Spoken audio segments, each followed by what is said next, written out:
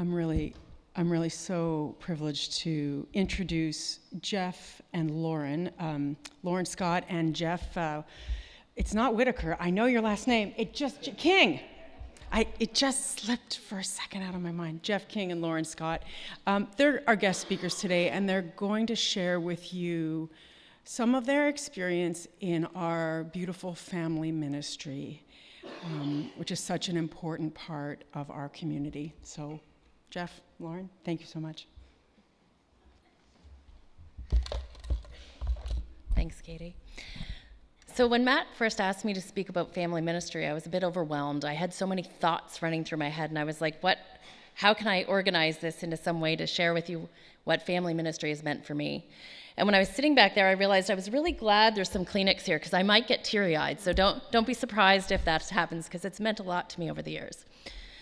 When I was reflecting on our scripture, there were some lines in it that really struck me. Living in true devotion to one another, loving each other as siblings. Share what you have with each other so they lack for nothing. And when I reflected on that, I thought that's what it means to be community, to be part of a village, to take care of one another. And we often say it takes a village to raise a child. But when I reflected on that, I think it's more than that. It's not just taking a village to raise a child. It takes a village to raise all of us, from birth to death. You've raised me as a parent as well as raising my child. You've supported me through her transitions and my son's transitions. We are what it means to be a village, and I'm grateful. So when I thought about sharing my perspective, I thought I'd take it from 4 different perspectives, actually. Many of you may know that I'm also a therapist. And when I was studying to be a therapist, I remembered reading an article that said we were meant for the news of the village and not the news of the world. And what it means by that is that we are meant to be able to take action and make changes in the people's lives who are around us. And when we take in all of the news of the world, sometimes it can leave us feeling helpless and hopeless because we can't make change. But I know that in my village I can make change, and that the village has made changes for me. So I'm grateful for that part of BUC. And as a therapist, I see people longing for a village and longing for connection, and recognizing that it's increasingly hard to find. So we have something special here, and I'm grateful that it has been given to me and to my children.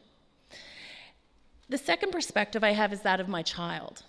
So many of you know that my daughter graduated high school last year and has moved away to Ottawa to go to university.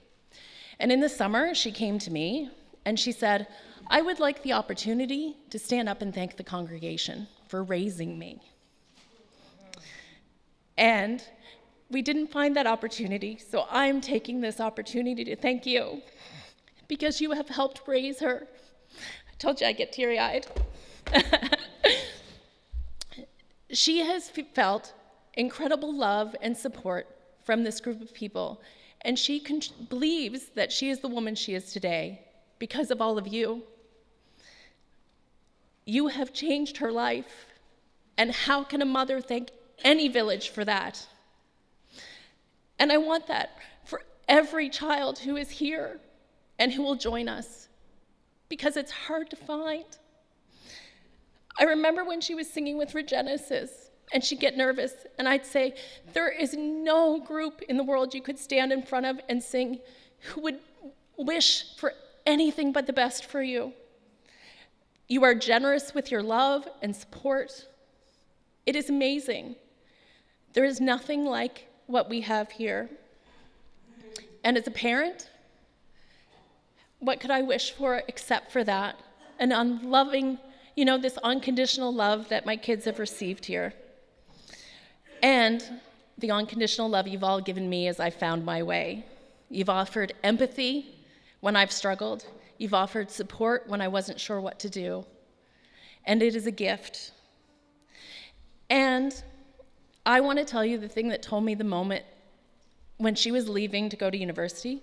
Do you know how many of you reached out to me and said, we have contacts in Ottawa. Let me give that to you. So if your daughter needs anything, there's going to be somebody she can reach out to. Our village here spreads wide, and we take care of everyone even when they go farther away. The other piece I wanted to say is I get to work in family ministry. So I get to spend time with lots of children from BUC. And I've watched them grow. I still get hugs from them when they come back from university.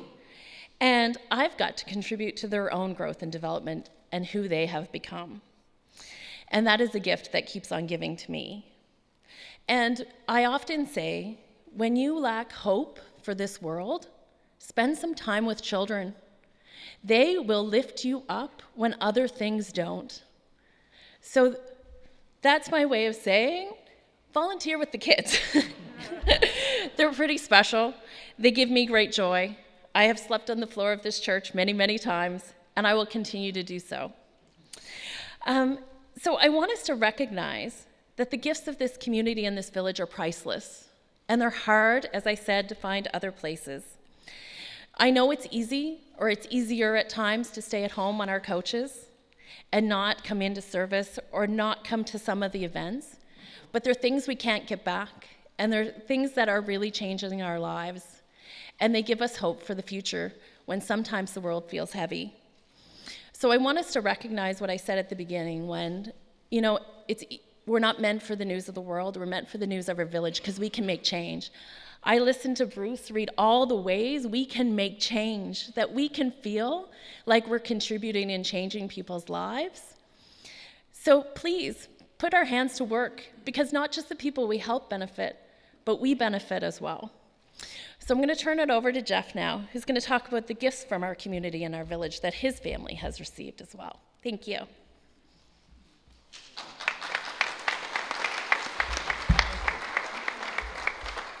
Yes, that's what I intend to talk about because there's been so many givings. So my name is Jeff, and I've been attending the Bedford United Church since 2011. Moving from Moncton was a big change. We had discovered this church through my wife's parents, her dad and her stepmom, Jane and Jim Whitaker. And we knew that when we moved here, this was going to be our home church. We took part in many offerings from the Bedford United Church, and it was such a blessing. It gave us, as newcomers, an opportunity to meet wonderful families in our congregation. It also gave another opportunity to spend time with my wife's parents while developing our faith in a new way. My wife and I grew up in very traditional churches and wanted to raise our son in a church that would help him grow to be all that he can be. It was important to us that BUC was an affirmed church. Bedford United family events and gatherings were always inclusive and welcoming. We got to meet new people and families and started lifelong friendships. Sunday school has a community focus that showed how important it was to give back to the community. Isaiah has helped cook for Hope Cottage, walked for pride parades, and learned to understand poverty through acting and many other ways. I had the opportunity to do some training with Godly Play. I was worried to be a Sunday school teacher at first. I didn't have all the answers to be a faith leader.